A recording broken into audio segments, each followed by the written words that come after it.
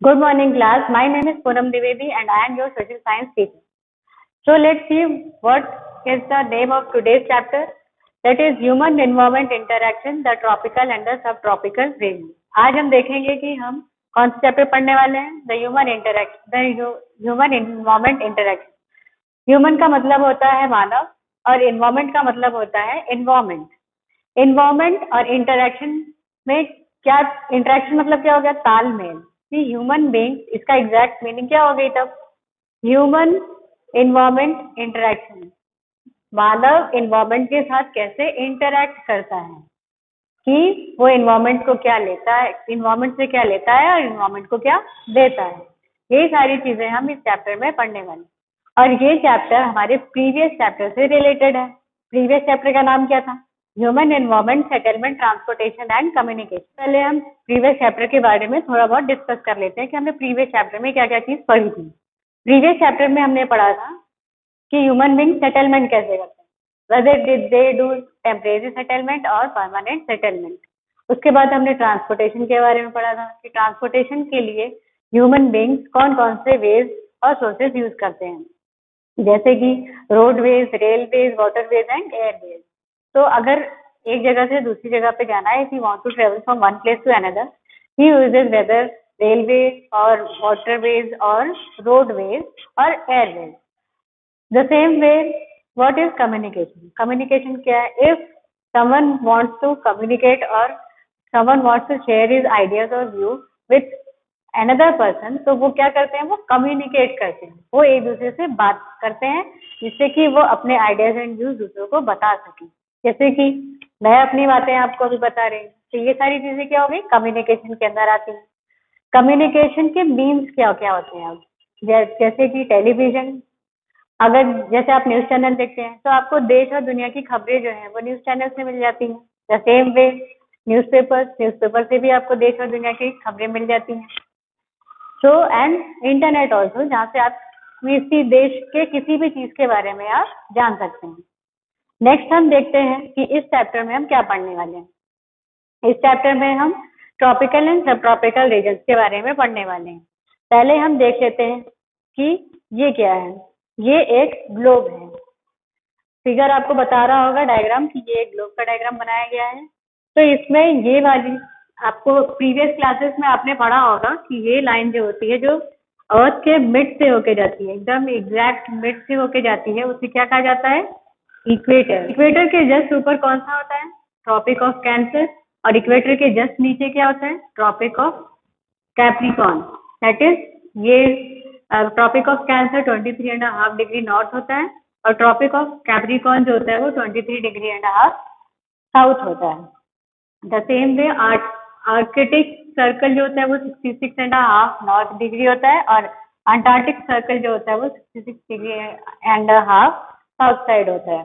तो ये तो हमने ग्लोब के बारे में समझ लिया, ये ग्लोब की बेसिक नॉलेज थी. अब हम मूव ऑन करते हैं अपने ट्रॉपिकल रीजन एंड सब ट्रॉपिकल रीजन के बारे में. तो ट्रॉपिकल रीजन में हम किसके बारे में पढ़ने वाले हैं, ट्रॉपिकल रीजन में हम अमेज़न बेसिन के बारे में पढ़ने वाले हैं, जो कहाँ पे है, अमेज़न बेसिन साउथ अमेरिका में है, जिसके बारे में हम पढ़ने वाले हैं. साउथ अमेरिका जो है वो इक्वेटर से थोड़ा सा ऊपर की तरफ है और ज्यादातर ये इक्वेटर के नीचे वाले पोर्शन में ही रहता है. ठीक है. अब साउथ अमेरिका में हम अमेज़न रिवर के बारे में पढ़ेंगे. अमेज़न, यहाँ पे हम ऑनलाइन शॉपिंग जो ऐप है उसके बारे में नहीं बात कर रहे हैं, हम अमेज़न रिवर के बारे में बात कर रहे हैं. और सब ट्रॉपिकल रीजन में हम क्या पढ़ने वाले हैं, सब ट्रॉपिकल रीजन में हम गंगा ब्रह्मपुत्र बेसिन पढ़ने वाले हैं. अब गंगा ब्रह्मपुत्र तो आप जानते ही हैं ये कहाँ पे लोकेटेड हो सकता है, ये इंडिया में लोकेटेड है. तो गंगा और ब्रह्मपुत्र बेसिन के बारे में हम पढ़ेंगे, किसके अंडर में, सब ट्रॉपिकल रीजन के अंडर में. तो अब देखते हैं कि ट्रॉपिकल और सब ट्रॉपिकल रीजन इक्वेटर से कितना ऊपर और कितना नीचे है, कौन कौन से एरिया जो है वो ट्रॉपिकल में आता है और कौन कौन सा एरिया सब ट्रॉपिकल रीजन में आता है. तो जैसे कि मैंने बताया कि ये इक्वेटर लाइन है. ठीक है, ये हमारा इक्वेटर हो गया. 10 डिग्री तक जो लाइन गई है वो उतना area 10 degree upwards and 10 degree downwards, that is 10 degree north side and 10 degree south side. तो ये जो एरिया है, ये इतना एरिया जो कवर किया जा रहा है, ये हमारा है क्या, ट्रॉपिकल रीजन है. जैसे मैंने देखिए डायग्राम के थ्रू आपको समझाने के लिए मैंने इसे मार्क किया है. ये लाइन से हम इसे ड्रॉ कर रहे हैं और ये हम बता रहे हैं कि ये कौन सा एरिया है, ये ट्रॉपिकल रीजन का एरिया है. अब सब ट्रॉपिकल रीजन क्या है, सब ट्रॉपिकल रीजन जो है वो ये वाला एरिया है, ठीक है, जो कि 10 डिग्री और ऊपर जाता है. तो ये वाला एरिया जो है, ये नॉर्थ साइड में ये वाला और साउथ साइड में ये वाला एरिया जो है वो सब ट्रॉपिकल रीजन आता है. तो इस सब ट्रॉपिकल रीजन में हम गंगा एंड ब्रह्मपुत्र बेसिन के बारे में पढ़ेंगे.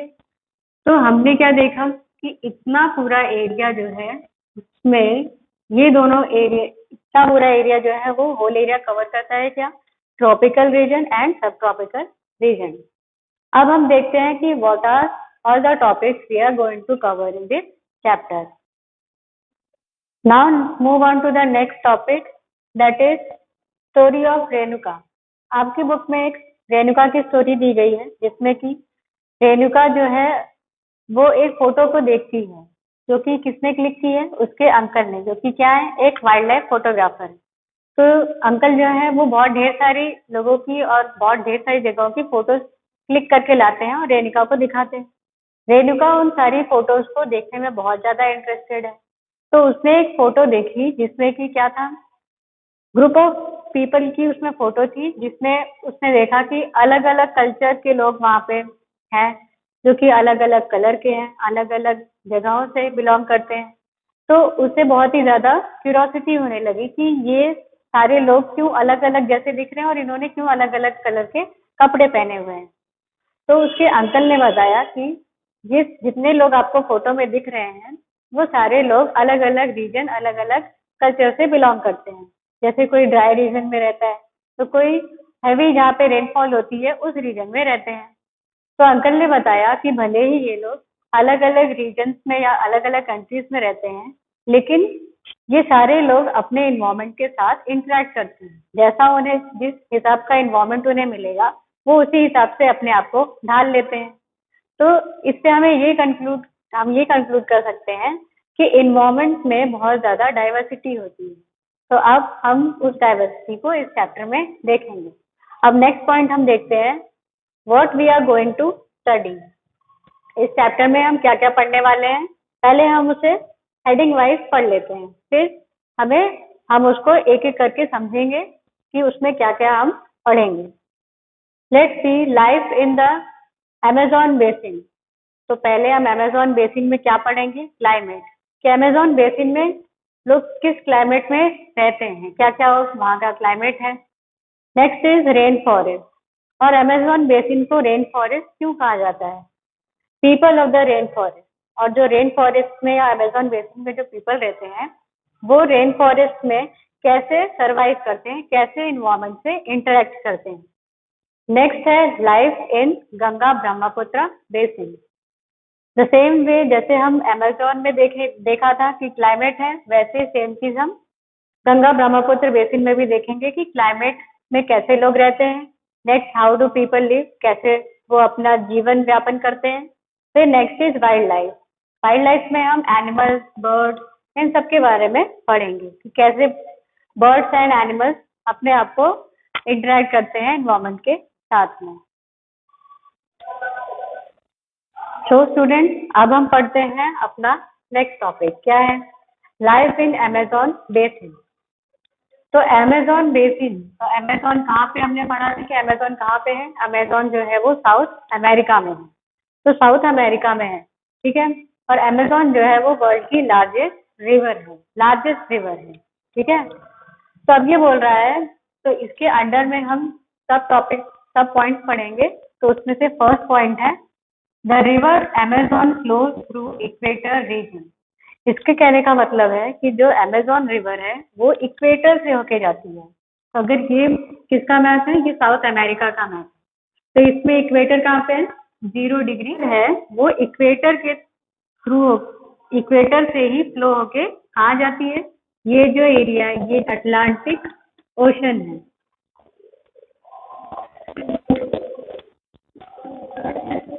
तो अमेज़न रिवर कहाँ जाती है? ये माउंटेन्स से ट्रिब्यूटरीज जो है वो इसमें मिक्स हो जाती हैं। उसके बाद जितनी भी अमेज़न की ट्रिब्यूटरीज हैं वो अमेज़न रिवर में मिक्स होने के बाद किसमें जाके अपना ड्रेनेज जो है वो बेसिन में मिल जाती है, तो अटलांटिक ओशन में जाके वो अपना पानी जो है वो मिला देती है। तो अगर ट्रिब्यूटरीज की हम बात करें तो ट्रिब्यूटरीज या फिर डिस्ट्रीब्यूटरीज क्या होती हैं? ट्रिब्यूटरीज होती हैं सहायक नदियाँ, जो कि छोटी छोटी नदी होती है और जो कि एक बड़ी नदी में जाके मिल जाती है। बड़ी नदी में मिलने के बाद वो एक समुद्र में जाके मिल जाती है, ओशन में जाके वो नदियाँ जो है वो मिल जाती है। ठीक है, तो क्योंकि ये इक्वेटर पे है इसलिए जो सन है, ठीक है, ये सन हो गया, तो सन की जो रेज है वो डायरेक्ट इक्वेटर पे पड़ती है।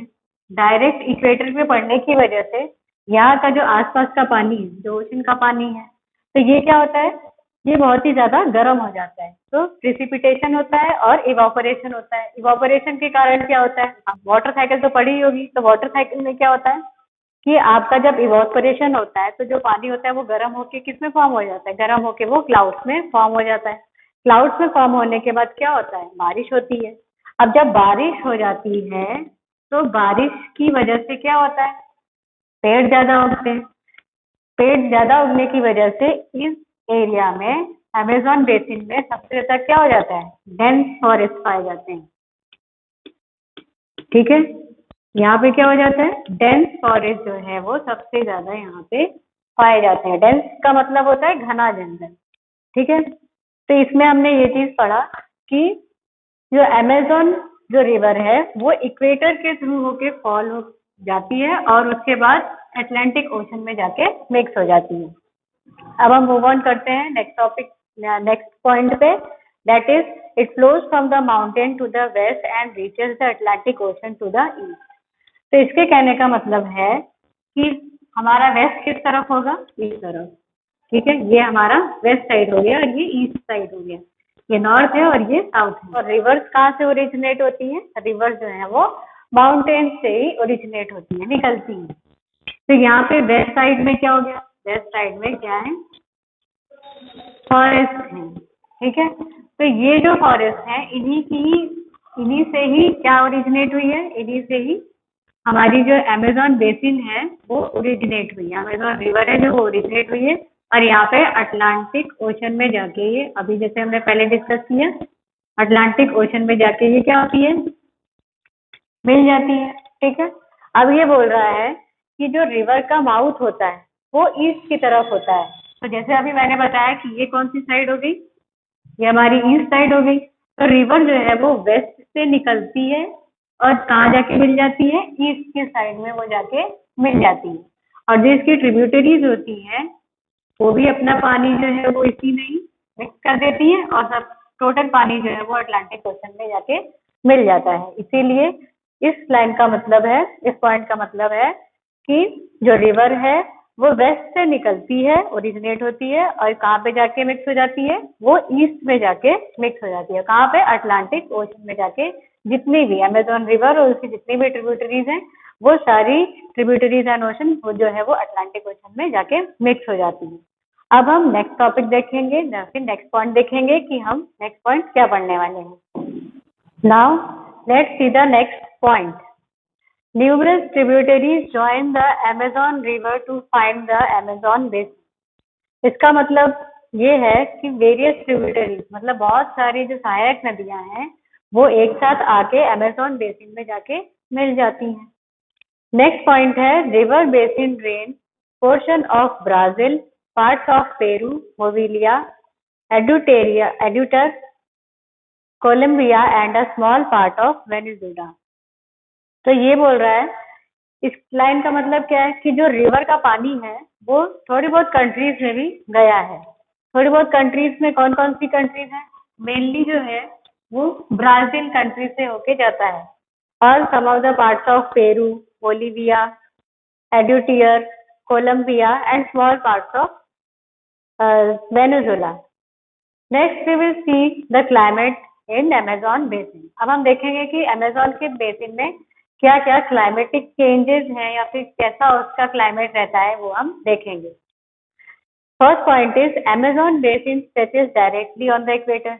इससे पहले हमने डिस्कस किया था, क्योंकि अमेजोन बेसिन जो है वो एग्जैक्टली इक्वेटर पे फॉर्म होता है, जिसके कारण सन की जो रेज है वो डायरेक्ट जो है वो अमेजोन बेसिन पे ही पड़ती है, जिसकी वजह से क्या होता है, बहुत ढेर सारा इवापोरेशन होता है और पर्सिपिटेशन होता है।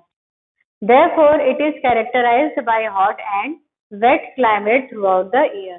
जिसकी वजह से क्या होता है, हमेशा यहाँ पे जो है हॉट गर्मी रहती है और वेट क्लाइमेट। वेट क्लाइमेट का मतलब क्या हो गया कि यहाँ पे ह्यूमिडिटी हमेशा बनी रहती है और बारिश जो है वो ज्यादातर होती रहती है, इसलिए गीला मतलब कि हर जगह वेट जो है वो ज्यादा बना रहता है। अब अगला पॉइंट देख लेते हैं। Both day and nights are almost equally hot and humid. तो ये बोल रहा है कि दोनों दिन और रात दोनों ही हॉट रहते हैं, गर्म रहता है, और ह्यूमिडिटी जो है वो बनी रहती है, दिन में भी और रात में भी। ह्यूमिडिटी मतलब क्या होता है, जैसे जब जून और जुलाई का महीना होता है, जब आपको गर्मी लगती है, गर्मी होती है, चिपचिपाहट वाली जो गर्मी होती है उसे कहते हैं ह्यूमिडिटी। जब एयर में ह्यूमिडिटी बढ़ जाती है तो नमी बढ़ जाती है, तो वो उसे हम क्या कहते हैं, नमी बढ़ने को हम ह्यूमिडिटी कहते हैं। It rains almost every day. क्यों हमेशा यहाँ पे हर बार बारिश होती है, क्योंकि ये चारों तरफ से अटलांटिक ओशन से घिरा हुआ है, जिसकी वजह से हमेशा इवापोरेशन होता है, वाटर साइकिल जो है वो फॉर्म होती रहती है, और जिसकी वजह से ज्यादातर जो है इधर पे बारिश होती रहती है। इसीलिए यहाँ पे almost it rain almost every day. अब हम नेक्स्ट टॉपिक देखते हैं कि अब हम अगला इसी में ही क्या पढ़ने वाले हैं। Topic is rain forest. अब हम अमेजोन बेसिन को रेन फॉरेस्ट क्यों कहते हैं, चलिए पहले उसे पढ़ लेते हैं। रेन फॉरेस्ट इसलिए कहा जाता है क्योंकि यहाँ पे सबसे ज्यादा हैवी रेनफॉल होती है, ज्यादातर एवरी डे, जैसे हमने पहले पढ़ा कि एवरी डे रेनफॉल होती रहती है, बारिश होती है, जिसके कारण क्या होता है, थिक फॉरेस्ट बन जाते हैं। अब बारिश हो रही है तो पेड़ जो है वो जल्दी जल्दी ग्रो करते हैं और ज्यादा क्वांटिटी में ग्रो करते हैं, जिसकी वजह से क्या हो जाता है, हमारा एक थिक फॉरेस्ट जो है वो क्रिएट हो जाता है। थिक फॉरेस्ट क्रिएट होने की वजह से उस फॉरेस्ट का क्या होता है, डेंस रूफ हो जाता है। डेंस रूफ का मतलब क्या होता है, dense roof is created. Dense का मतलब होता है जहाँ पे, डेंस का मतलब हो गया कि ये जो पेड़ हैं तो ये ऐसे एक दूसरे से मतलब सटे होते हैं कि अब सूर्य की जो रोशनी होती है वो नीचे तक ग्राउंड तक पहुंच ही नहीं पाती है। ठीक है, डेंस का मतलब क्या हो गया कि जो सूर्य की रोशनी है, जो सनरेज है, they even don't reach up to the ground level. ठीक है, तो वो ग्राउंड लेवल तक पहुंच ही नहीं पाती है, जिसकी वजह से क्या होता है, जो वेजिटेशन है, जितने भी आपके प्लांट्स जो उगते हैं वो क्या होते हैं, वो बहुत ही कम शेड में, मतलब वो ऑलमोस्ट विदाउट सनरेज से उगते हैं, ट्रीज की छाया में, क्योंकि अब एक दूसरे से ये सटे हुए हैं तो क्या होगा, इनकी छाया होती है। अब जैसे मैं यहाँ खड़ी हूँ तो मेरी छाया यहाँ पे पड़ेगी ना, शैडो बनती है हमारी, तो उसी में क्या होता है कि ये सारे जो प्लांट्स जितने भी यहाँ पे ग्रो करते हैं वो सारे शेडेड प्लांट्स होते हैं। ठीक है, तो अब क्या करेंगे, वेजिटेशन में हम एग्जांपल ले सकते हैं, orchids, bromeliad grow as plant parasite. ठीक है, तो जो ब्रोमेलाइट होते हैं वो कैसे ग्रो करते हैं, वो ग्रो करते हैं प्लांट पैरासाइट। प्लांट पैरासाइट क्या होते हैं, जो कि प्लांट पे ही निर्भर करते हैं अपने खाने के लिए। पैरासाइट मतलब क्या होता है, पैरासाइट मतलब होता है जो दूसरों पे खाने के लिए निर्भर करते हैं, those plants who are dependent on others for the food. अब इसमें हम अमेजोन बेसिन में रेन फॉरेस्ट में देखेंगे कि कौन कौन सी बर्ड्स, और अब यहाँ से हम स्टार्ट करेंगे वाइल्ड लाइफ। वाइल्ड लाइफ में हमारे बर्ड्स एंड एनिमल्स हम देखेंगे कि कौन कौन से हम अमेजोन बेसिन में कौन कौन से बर्ड्स एंड एनिमल्स हमें मिलते हैं। तो बर्ड्स के नाम हम देख लेते हैं, कौन कौन सी बर्ड्स हैं। तो ये है toucan, hummingbird, bird of paradise. Bird of paradise इसलिए कहा जाता है क्योंकि ये दिखने में बहुत ही ज्यादा सुंदर बर्ड होती है, तो इसीलिए इसे वो बर्ड ऑफ पैराडाइज कहा जाता है। नेक्स्ट है एनिमल्स। एनिमल्स में हमारे क्या क्या पाए जाते हैं, एनिमल्स में monkey, sloth and ant eating tapirs भी पाए जाते हैं, जो कि आंट्स को खाते हैं। आपकी बुक में टैपायर्स की इमेज भी दी गई है। जो क्या करता है, जो चींटियों का जो झुंड होता है उसी को ही खाता है। तो इसका फूड क्या हो जाता है, या किसे खाता है, ये छोटी छोटी आंट्स को खाता है। अब हमें यहाँ तक समझ में आ गया। अब हम नेक्स्ट मूव करते हैं अपने अगले टॉपिक पे, people of the rain forest. अब हमें ये देखना है कि इन रेन फॉरेस्ट में जितने लोग रहते हैं वो कैसे रहते हैं, वो अपने आप को एनवायरमेंट के साथ कैसे उनका इंटरेक्शन है और अपने आप को कैसे सरवाइव कर पा रहे हैं रेन फॉरेस्ट में उनका सर्वाइवल क्या है और वो कैसे रहते हैं और क्या चीज खाते हैं, क्या पहनते हैं, ये सारी चीजें हम जो है वो इसमें डिस्कस करेंगे। तो अभी तक हमने देखा कि क्लाइमेट हम पढ़ चुके हैं। क्लाइमेट के बाद अभी हमने वेजिटेशन एंड वाइल्ड लाइफ पढ़ी। अब हम पढ़ेंगे कल्चर एंड पीपल। अब हमारा यहाँ से मेन टॉपिक शुरू हो जाएगा, culture and people. Culture and people में हमारा फर्स्ट जो है वो है sources of livelihood and occupation. अब हमें देखना है कि क्या क्या सोर्सेज हैं जिसमें कि जो लोग हैं वो अपने जो लाइवलीहुड है वो कैसे बिताते हैं, कैसे वो अपने आप को इस इन्वायरमेंट में सर्वाइव कर पा रहे हैं, कैसे जीते हैं। First point is cultivation. Cultivation में क्या है, वो कौन कौन से जो प्लांट्स हैं, वो कौन कौन सी जो चीजें हैं वो उगाते हैं। फर्स्ट वन एग्जांपल हम देख लेते हैं कि tapioca and sweet potato. Sweet potato मतलब जो शकरकंद होती है उसे स्वीट पोटैटो कहा जाता है। Next is hunting. हंटिंग क्या होती है, शिकार करना। तो शिकार नॉर्मली तो आप लोगों ने सुना होगा कि शिकार के लिए लोग मेंस जाते हैं, आदमी लोग जाते हैं, लेकिन अमेज़न बेसिन में एक चीज इसमें थोड़ा अलग है। क्यों? क्योंकि hunting is done by women. तो यहाँ पे ये चीज थोड़ी सी डिफरेंट हो जाती है। नेक्स्ट है कैश क्रॉप्स। अब कैश क्रॉप्स क्या क्या होती है, जैसे एग्जांपल हम देख लेते हैं, कॉफी, मेज एंड कोकोआ। कोकोआ क्या होता है, जिससे हमारी चॉकलेट बनती है। कोकोआ से ही हमारी कॉफी बनती है, और मेज मतलब बाजरा। नेक्स्ट देख लेते हैं, people live in a thatched house and large apartment with slanting roof.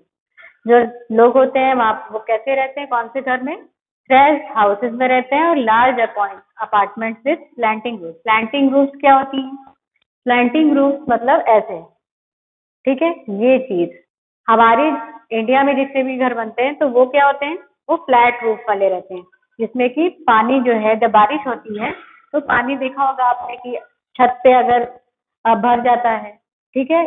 और यहाँ पे क्या होता है, स्लैंटिंग रूफ होती है। स्लैंटिंग रूफ मतलब ऐसे, क्योंकि यहाँ पे आए दिन मतलब एवरी डे रेन होती रहती है, बारिश होती रहती है, तो उनकी रूफ जो है वो स्लैंटिंग रहती है। स्लैंटिंग मतलब अगर बारिश होगी तो वो पानी जो है वो रूफ से डाउन की तरफ, नीचे की तरफ चला जाता है। आई होप आप लोगों को इतना चीज समझ में आ गया होगा।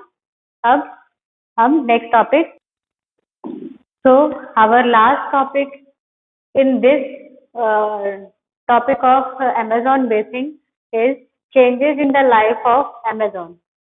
The first point is construction of Trans Amazon Highway. Trans Amazon Highway क्या है? Trans Amazon Highway जो है वो गवर्नमेंट की तरफ से कंस्ट्रक्ट किया गया, जिसमें कि एक हाईवे बनाया गया जिससे कि हम अमेजोन जो फॉरेस्ट है उसमें हम जाके उस फॉरेस्ट को देख सकें, जिसके लिए ट्रांस अमेजोन हाईवे जो है वो बनाया गया था। क्योंकि इससे पहले हम अमेजोन फॉरेस्ट में जाके नहीं देख सकते थे उसको, क्योंकि वहां जाने का या तो हम उससे, क्योंकि चारों तरफ जो है वो नदी है, अटलांटिक ओशन है, तो इसलिए क्या हुआ कि उसमें हाईवे जो है वो बनाया गया, जिससे कि हम अमेजोन फॉरेस्ट में उस अमेजोन फॉरेस्ट को देख सकें। अब क्या क्या चीजें हैं वहाँ पे, कैसे कैसे लोग रहते हैं, वो सारी चीजें हम उनके अमेजोन बेसिन के बारे में जान सकें। नेक्स्ट पॉइंट क्या है, the indigenous population was pushed out from the area and forced to settle in the new area. अब क्योंकि हमें हाईवे बनाना था, हाईवे बनाने के लिए क्योंकि वो फॉरेस्ट है तो फॉरेस्ट को हमें कट करना पड़ेगा, ट्रीज जो है वो कट करने पड़ेंगे। अब हाईवे चाहिए, बनाना है, हमें जगह तो चाहिए होगी। अब जगह कैसे मिलेगी, ट्रीज को कट करके, क्योंकि वो फॉरेस्ट है। तो और जगह कैसे, अगर रेसिडेंट्स रह रहे हैं वहाँ पे, तो लोग रह रहे हैं, तो उन लोगों को तो वहां से हटाना पड़ेगा, क्योंकि हमें अगर हाईवे बनाना है तो हमें जगह चाहिए होगी। तो इसीलिए वहाँ की गवर्नमेंट ने क्या किया कि हाईवे बनाने के लिए वहाँ की जो पॉपुलेशन थी, जो लोग रहते थे, उन्हें अपने घरों से निकाल दिया गया और उन्हें एक नए एरिया में जाके रहने के लिए बोल दिया गया। Next is the development activities are leading to the gradual destruction of the biological diverse rain forest. तो बायोलॉजिकल डाइवर्स रेन फॉरेस्ट का मतलब क्या है? डाइवर्स रेन फॉरेस्ट, क्योंकि यहाँ पे वाइल्ड लाइफ भी रहती थी, एनिमल्स रहते थे, जिसकी वजह से, क्योंकि अब कंस्ट्रक्शन हो रहे हैं, जिसकी वजह से क्या हो रहा है? डिस्ट्रक्शन हो रहा है, बहुत ही ज्यादा डिस्ट्रक्शन हो रहा है। अगर एनिमल्स का घर क्या होता है? फॉरेस्ट होता है। अगर फॉरेस्ट ही नहीं रहेगा तो एनिमल्स जो है वो क्या करेंगे?